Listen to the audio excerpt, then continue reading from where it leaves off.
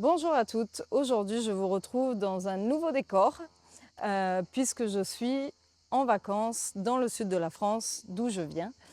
Et quoi de mieux que cet endroit pour parler de où se sent-on chez nous. Bien sûr, cet environnement m'a inspiré le thème et aujourd'hui je vous propose donc un tirage à 3 cartes pour répondre à cette question. C'est l'été, certaines de vous voyagent, certaines d'autres retournent à leurs racines, comme moi, et certaines d'autres rêvent d'ailleurs. Mais est-ce vraiment un lieu qu'on recherche ou un état intérieur?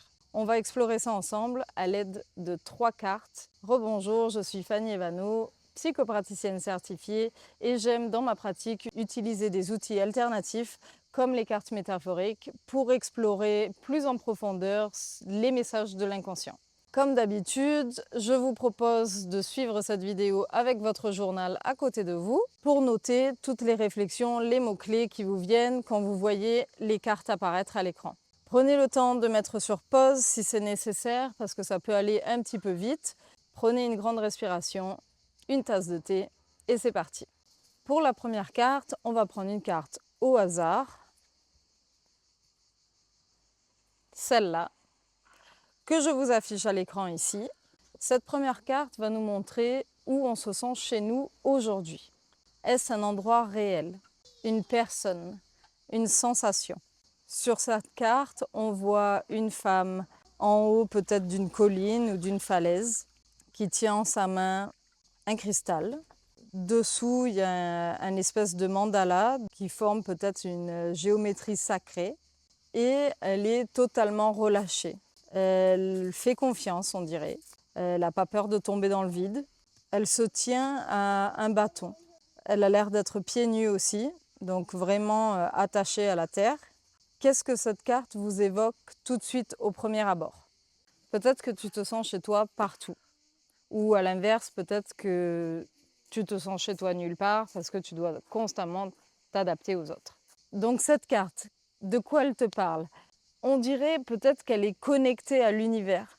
On voit qu'il y a ces ondes autour d'elle qui sont connectées du mandala jusqu'au ciel et à travers le cristal, on voit cette énergie. Est-ce que toi aussi tu te sens à l'aise de partout ou est-ce qu'au contraire c'est un petit peu difficile? Tu as besoin de repères très ancrés, une routine installée. Voilà. Est-ce que cette première carte te parle comme ça? Maintenant, on va tirer une deuxième carte. Ouf, ok. Voilà la deuxième carte que je t'affiche ici. Cette carte nous demande pourquoi je cherche un ailleurs. Pourquoi ce besoin d'évasion? Est-ce une fuite, un appel, une curiosité? Sur cette carte, on voit un homme avec un corbeau sur l'épaule. On dirait qu'il a mal à la tête et on voit le corbeau s'envoler. Et lui, on dirait, on s'imagine que c'est peut-être lui en arrière-plan sur la montagne, qui est en haut de la montagne avec ses deux bras élevés vers le ciel. C'est marrant parce que si on regarde les détails, il y a comme des taches rouges en bas de la montagne justement. Est-ce qu'il s'est blessé en bas et que quand il monte justement là-haut, est-ce que ça va mieux?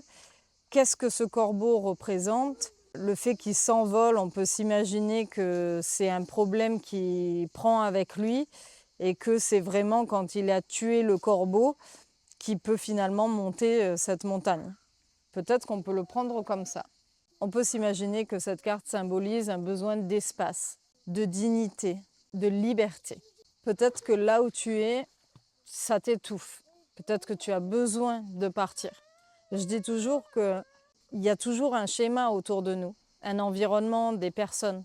Et quand les gens sont enlevés de cet environnement et mis ailleurs, eh bien, en général, ça va mieux.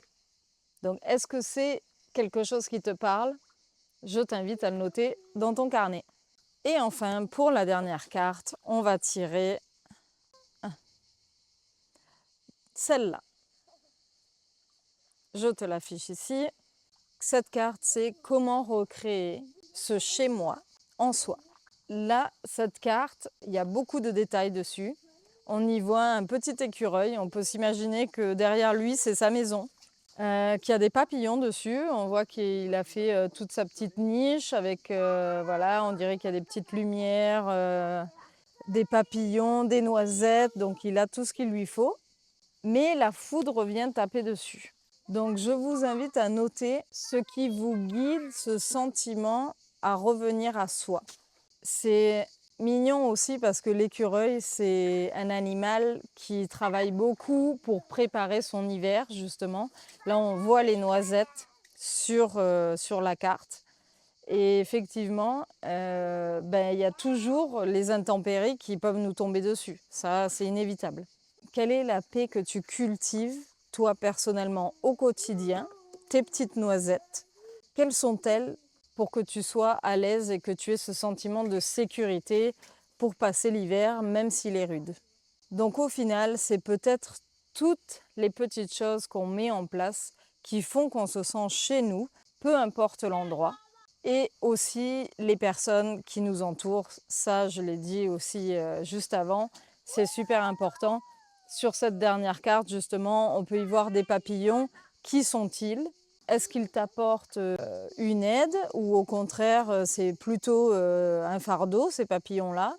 Voilà. Après, il y a encore plein de détails dans cette carte-là que je t'invite à noter. On voit par exemple un autre éclair de l'autre côté qui a une couleur un petit peu différente. Peut-être que c'est ta contre-attaque justement contre ces intempéries-là qui empoisonnent un petit peu ton espace de vie. Donc je t'invite à noter tout ce qui t'a parlé aujourd'hui.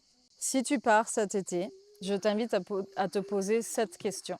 Qu'est-ce que j'espère retrouver là-bas, que je peux déjà peut-être faire naître ici? Si cette vidéo résonne en toi, je t'invite à liker, à partager et surtout à commenter tes premières impressions dans l'espace de commentaires. On se retrouve dans la prochaine vidéo pour un autre tirage psychologique. En attendant, prends soin de toi. So many times I've heard promises of romance, but there's something about you that makes me believe in another chance.